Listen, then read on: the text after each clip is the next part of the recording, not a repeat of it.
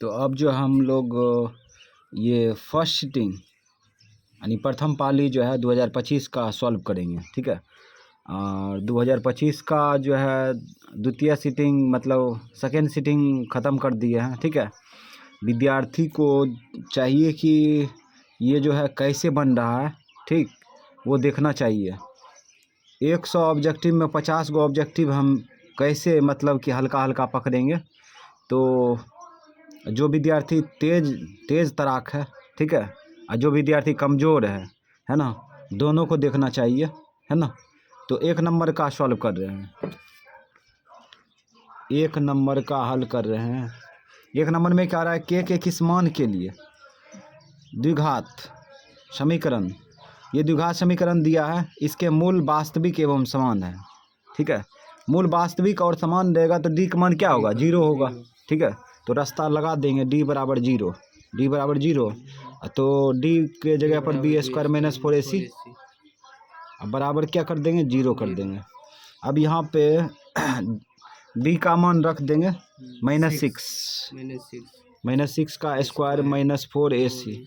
ए का मान देखो तो एक्स स्क्वायर का गुणांक के है ना, के रख देंगे। सी अचर पद है, अचर पद 1 बराबर 0, इसका स्क्वायर कर लो 25, ये 36 हो जाएगा, और ये -4 के बराबर 0, तो -4 के बराबर इधर खींचेगा तो -36 होगा ना, ये कट जाएगा, माइनस माइनस कट जाएगा, 4 नंबर 36, तो के का मान कितना आ गया, 9, और ऑप्शन में लगा दो, ऑप्शन हो गया सी नंबर आंसर। कोई दम था, पूरा ही आसान था। अब चलते हैं 2 नंबर में। 2 नंबर में क्या कर रहा है, कहता है यदि पी एक्स बहुपद का एक शून्यक 2 है वो, ठीक है। पी एक्स बहुपद क्या था नहीं था पता नहीं है, लेकिन डिब्बा में ये बंद है, ठीक। एक शून्यक दिया है, एक शून्य क्या दिया है, 2 दिया है, तो एक्स का मान न दिया है 2, ठीक। तो पूछ रहा है कि तो निम्नलिखित में पी एक्स बहुपद का एक गुणनखंड होगा। अच्छा, ये पी एक्स बहुपद का गुणनखंड कहाँ से लाएंगे, यहीं से न लाएंगे, शून्यक से। इसको इधर खींचेंगे तो x माइनस 2 हो जाएगा बराबर 0। अब ये आकर के लिख देंगे x माइनस 2 बराबर 0, भूल जाएंगे, ये आंसर हो गया। ऑप्शन मिला लेते हैं तो ऑप्शन हो जाएगा ए नंबर हो गया आंसर, ठीक। 3 नंबर, ये सब हिसाब देखने से ही बन जाता है ना। 3 नंबर में देखो, 3 नंबर में करा है कि यदि बहुपद, ये दिया है बहुपद द्विघात बहुपद है, इसके शून्यक अल्फा बीटा हो, इसका शून्यक दिया है अल्फा बीटा, तो अल्फा गुना बीटा का मान पूछ रहा है, जिसका मान पूछ रहा है उसी को पकड़ लेंगे। अल्फा गुना बीटा, ये जो बिंदी दिख रहा है ये गुना है, अल्फा गुना बीटा बराबर क्या होता है, सी बाय ए। मान रखो सी अचर पद है, अचर पद देखो यहाँ पे क्या है, बी है, बी रख देंगे। ए एक्स स्क्वायर का गुणांक, एक्स स्क्वायर के साथ क्या गुना है, सी, ये हो गया बी बाई सी। आंसर देखो सी नंबर आंसर हो गया। अब 4 नंबर में निम्नलिखित में कौन द्विघात समीकरण है। द्विघात समीकरण होगा तो एक्स का चार्ज क्या होगा, 2 होगा, तो हम लोग यहाँ से दिमाग लगाते हैं, इसको इसमें गुना करेंगे तो एक्स स्क्वायर हो जाएगा, जो कि ये एक्स स्क्वायर कट जाएगा, तो ये द्विघात समीकरण हो ही नहीं सकता।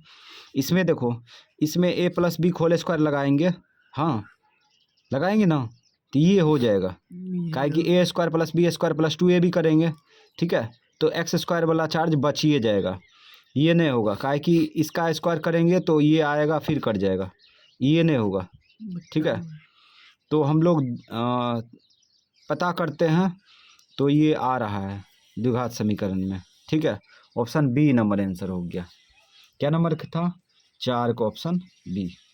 अब क्यों हुआ, तो इसको पकड़ भी सकते हैं, x प्लस 3 का होल स्क्वायर बराबर 4 इंटू एक्स प्लस 4। द्विघात समीकरण होगा तो किस रूप का होगा, A X square plus B X plus C बराबर 0। तो इसको लगा दो, A plus B whole square, A square मतलब X square plus B square मतलब 9 प्लस 2ab, 2a का मान x, b का मान 3, यहाँ पे 4x प्लस 4 चौक 16, तो एक्स स्क्वायर ये कितना होगा छः एक्स में 4x घटा दो 2x आ गया 2x 9 16 में से 9 गया 7 माइनस में देखो आया। तो इसीलिए ऑप्शन बी मैच किया।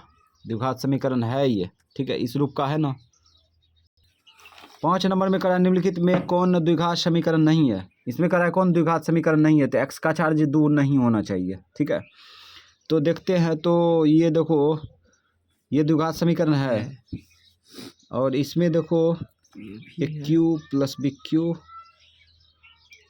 प्लस ए क्यू करेंगे ना, A cube plus B cube plus 3ab² ना फरमा गया।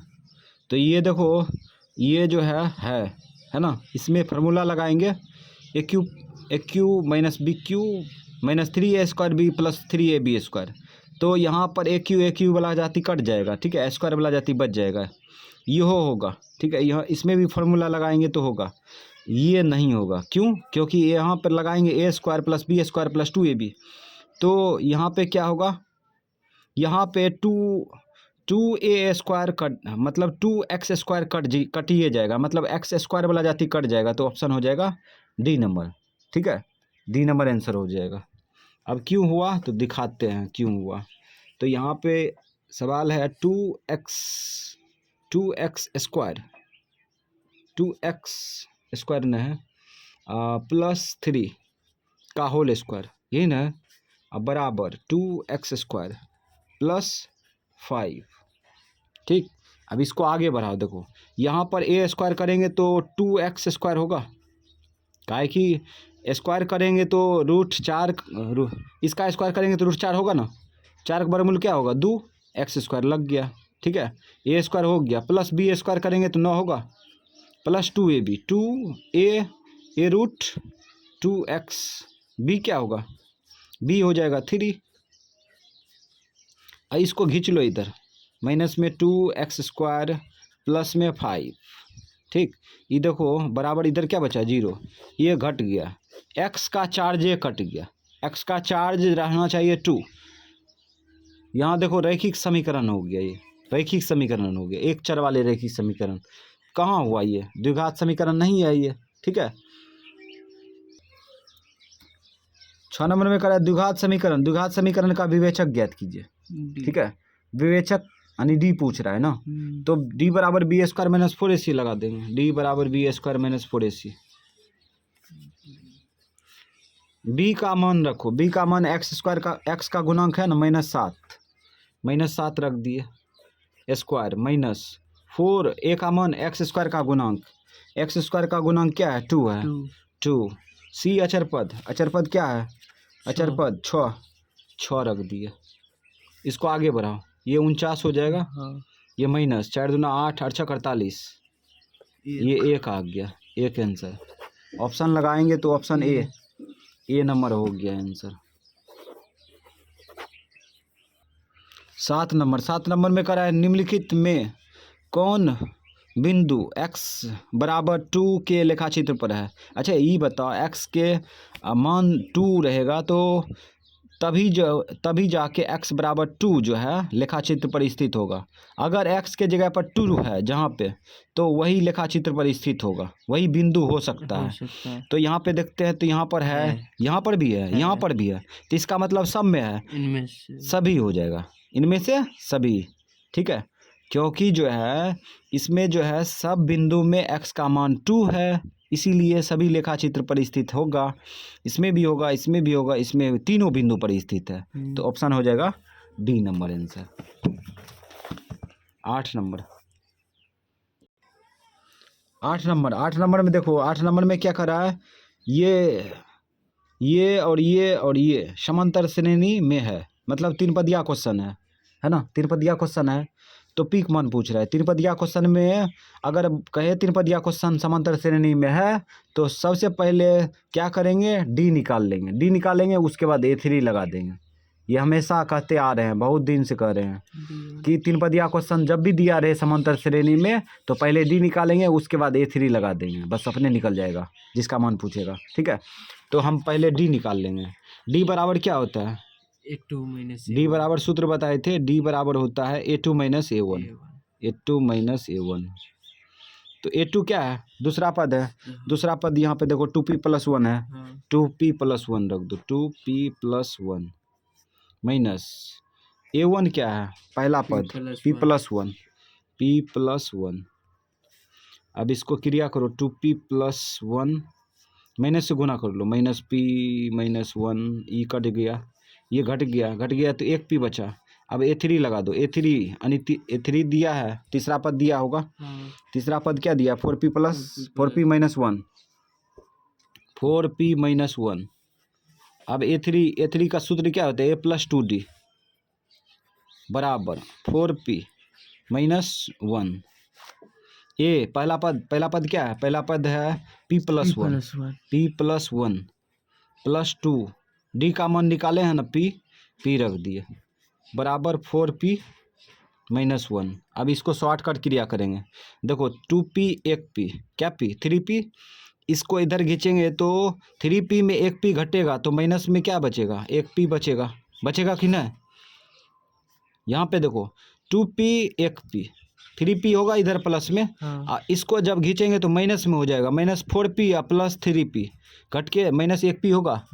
और उसके बाद -1 इधर है, इसको उधर ले जाएंगे तो इसके साथ जुड़िए जाएगा, क्यों इधर लाएंगे तो माइनस में हो जाएगा, तो -2 हो जाएगा, ठीक, माइनस कट गया, पीक मान हो गया 2 आंसर। ऑप्शन मिलाते हैं तो ऑप्शन मिला लो तो ऑप्शन बी हो जाएगा, बी नंबर आंसर। अब चलते हैं 9 नंबर में। 9 नंबर में क्या करा है, समांतर श्रेणी ये दिया है, ठीक है, इसका सार्वंतर ज्ञात कीजिए। सार्वंतर मतलब डी का मान पूछ रहा है, डी का मान निकाल लो। डी बराबर क्या होता है, A2 minus A1, A2 minus A1। इसको तो हिसाब देख के घटा लेगा। A2 पहला दूसरा पद कितना है, 5 है, 5 A1 पहला पद 1 घटा लो, कितना हो गया, 4 आंसर हो गया। सार्वंतर किसे कहते हैं, वही डी को ना कहते हैं। ऑप्शन सी मैच किया, सी आंसर हो गया।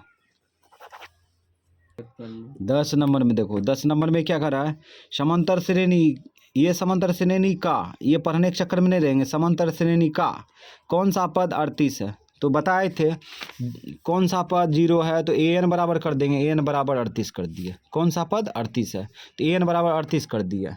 तो an बराबर सूत्र बताए थे a + n-1 इंटू डी, ठीक, यही सूत्र लगा दिए बराबर 38। पहला पद क्या है, पहला पद देखो इसमें क्या है, 5 है, 5 प्लस n का मान n छोड़ देंगे, काहे कि इसका मान निकलेगा। d का मान निकाल लो, d का मान यहाँ से निकाल लो डायरेक्ट, d बराबर A2 माइनस A1 होता है, 8 में से 5 घटा दो, 3 आ गया, तो बगल में भी निकाल सकते हैं A2 माइनस A1। जो विद्यार्थी एक्सपर्ट है वो अपने बना लेगा, 8 माइनस कितना हो जाएगा, 5, ठीक, ये 3 हो गया, ठीक, तो यहाँ पे 3 रख दिए बराबर 38। अब इसको सॉल्व कर लो ना, इसको शॉर्टकट तरीका बताए थे कैसे सॉल्व करेंगे, n लिख दिए डायरेक्ट, देखो क्या करते हैं। अच्छा इसको इधर खींचेंगे तो घटेगा ना, घटेगा तो कितना होगा, घट के 32 होगा ना, 8 में से 5 गया 33 हो जाएगा, ठीक, यानी कि 33 में 5 घटा दिए तो 33 हो गया, सॉरी 38 में 5 घटा दिए 33 हो गया। अब ये गुना उल्टा भाग होगा तो यहाँ पे लटकेगा ना, लटक गया, एक को इधर लाएंगे खींच करके तो प्लस में आ जाएगा, काट दो। अब 11 1 12, n बराबर 12, यानी कि 12वां पद कितना है, 12वां पद 38 है, ये आंसर हो गया। अगर ऐसे नहीं बनाता है तो देखो कैसे बनाएंगे, तो यहाँ देखो क्या करते हैं, ये 5 को इधर लाएंगे तो इसको वितरण कर लेंगे, 3n माइनस, फिर इसको इसमें गुना करो 3 बराबर, इसको इधर लाएंगे तो 38 माइनस कितना होगा, 5। अब यहाँ पे 3n बराबर हो जाएगा, ये घटाएंगे तो 33, इसको इधर लाएंगे तो +3, ठीक, तो 3n बराबर कितना हो जाएगा, ये 36, काटो 12 × 36 हुआ। तो ऐसे भी बना सकता है, कोई दिक्कत नहीं, जैसे तुमको अच्छा लगे। ऑप्शन मिलाओ 10 का सी नंबर आंसर हो गया। ठीक है, तुमको जाना है जाओ। 11 नंबर में चलते हैं, कहते हैं 2 गोलों के आयतनों का अनुपात, दो गोलों के आयतनों का अनुपात 64:125 है, तो उनकी पृष्ठीय क्षेत्रफल का अनुपात पूछ रहा है। ठीक है, आयतनों का अनुपात दिया, गोला का आयतन का अनुपात मतलब गोला का आयतन लगा दें सूत्र 4/3 pi R cube. Pi R cube, गोला दो गो है तो अलग अलग आयतन होगा, अलग अलग त्रिज्या भी होगा। तो इस प्रकार से हम लोग जो है इसको R1 मान लेते हैं, इसको R2। ठीक, तो दोनों गोलों का जो है आयतनों का अनुपात कितना दिया है, 64:125। तो इधर संख्या में दिया है, ठीक, अनुपात, इधर फार्मूला में लगा दिया अनुपात, ये कट जाएगा, इधर से कट गया, ठीक, और पाई भी कट गया। अब यहाँ पे देखो यहाँ पे क्या करेंगे, R1 अनुपात R2, एक पावर खींच लिए यहाँ पे। ठीक, ऐसे भी मतलब कि पावर सेम है इसलिए एक पावर यहाँ पर लिख दिया। ठीक, अब यहाँ पे 64 अनुपात हो गया 125। ठीक, अब क्यूब का उल्टा क्या होता है, क्यूब का उल्टा क्यूब रूट होता है, क्यूब का उल्टा क्यूब रूट। अब यहाँ पे हो जाएगा 64, ये अनुपात 125। अब यहाँ पे हम लोग इसको 3 बार तोड़ेंगे तो 4 आएगा, इसको 3 बार तोड़ेंगे तो 5 आ जाएगा, यानी कि इसका घन निकाल लिए, इसका घन निकाल लिए, घनमूल। ठीक, 125 का घनमूल 5 होगा, 64 का घनमूल 4 होगा, तो यही हो गया आंसर। ठीक है, ऑप्शन मिला लो 11 का ऑप्शन मिलाते हैं तो 4:25, 4:25 तो न है तो कुछ दिमाग लगाएंगे तो ऑप्शन हो जाएगा ये, कटने वाला तो न है, डी नंबर आंसर हो जाएगा, डी। देखो रहे इसका आंसर जो है गलत है। ठीक है, आंसर जो है इसमें ऑप्शन सी दिया है, ऑप्शन सी कभी नहीं हो सकता है। ठीक है।